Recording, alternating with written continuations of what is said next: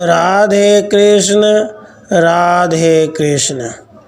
ययाति जी का स्वर्ग से पतन और अष्टक जी का उनसे प्रसन्न करना। इंद्र ने कहा, राजन, तुम संपूर्ण कर्मों को समाप्त करके घर छोड़कर वन में चले गए थे, अतः नहुष पुत्र ययाति, मैं तुमसे पूछता हूँ कि तुम तपस्या में किसके समान हो। ययाति ने कहा, इंद्र, मैं देवताओं, मनुष्यों, गंधर्वों और महर्षियों में से किसी को भी तपस्या में अपनी बराबरी करने वाला नहीं देखता हूँ। इंद्र बोले, राजन, तुमने अपने समान अपने से बड़े और छोटे लोगों का प्रभाव न जानकर सबका तिरस्कार किया है, अतः तुम्हारे इन पुण्य लोकों में रहने की अवधि समाप्त हो गई, क्योंकि दूसरों की निंदा करने के कारण तुम्हारा पुण्य क्षीण हो गया, इसलिए अब तुम यहाँ से नीचे गिरोगे। ययाति ने कहा, देवराज इंद्र, देवता, ऋषि, गंधर्व और मनुष्य आदि का अपमान करने के कारण यदि मेरे पुण्य लोक क्षीण हो गए हैं, तो इंद्रलोक से भ्रष्ट होकर मैं साधु पुरुषों के बीच में गिरने की इच्छा करता हूँ। इंद्र बोले, राजा ययाति, तुम यहाँ से च्युत होकर साधु पुरुषों के समीप गिरोगे और वहाँ अपनी खोई हुई प्रतिष्ठा पुनः प्राप्त कर लोगे। यह सब जानकर तुम फिर कभी अपने बराबर और अपने से बड़े लोगों का अपमान न करना।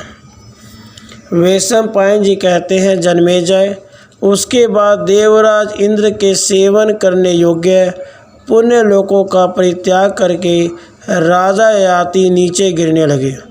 उस समय राजर्षियों में श्रेष्ठ अष्टक ने उन्हें गिरते देखा।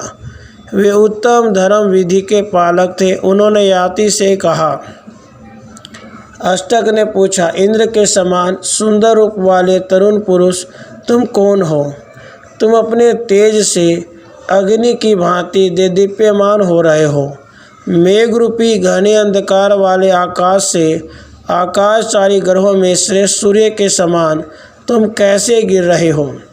तुम्हारा तेज सूर्य और अग्नि के समान है। तुम अपरमेय शक्तिशाली जान पड़ते हो। तुम्हें सूर्य के मार्ग से गिरते देखकर हम सब लोग मोहित होकर इस तर्क वितर्क में पड़े हैं कि यह क्या गिर रहा है। तुम इंद्र, सूर्य और विष्णु के समान प्रभावशाली हो। तुम्हें आकाश में स्थित देखकर हम सब लोग अब यह जानने के लिए तुम्हारे निकट आए हैं कि तुम्हारे पतन का यथार्थ कारण क्या है। हम पहले तुमसे कुछ पूछने का साहस नहीं कर सकते और तुम भी हमसे हमारा परिचय नहीं पूछते हो कि हम कौन हैं। इसलिए मैं ही तुमसे पूछता हूँ, मनोरथ रूप वाले महापुरुष, तुम किसके पुत्र हो और किस लिए यहाँ आए हो?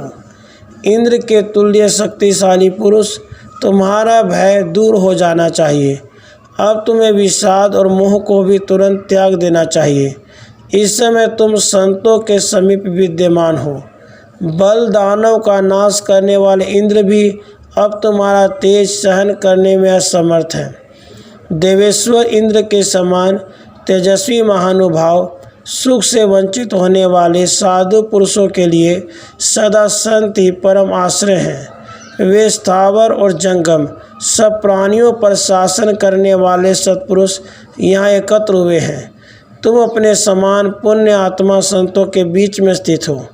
जैसे तपने की शक्ति अग्नि में है, बोए हुए बीज को धारण करने की शक्ति पृथ्वी में है, प्रकाशित होने की शक्ति सूर्य में है, इसी प्रकार संतों पर शासन करने की शक्ति केवल अतिथि में है। इस प्रकार से महाभारत आदि पर्व के अंतर्गत संभव पर्व में उत्तर ययाति विषयक 88वां अध्याय पूरा हुआ। राधे कृष्ण, राधे कृष्ण।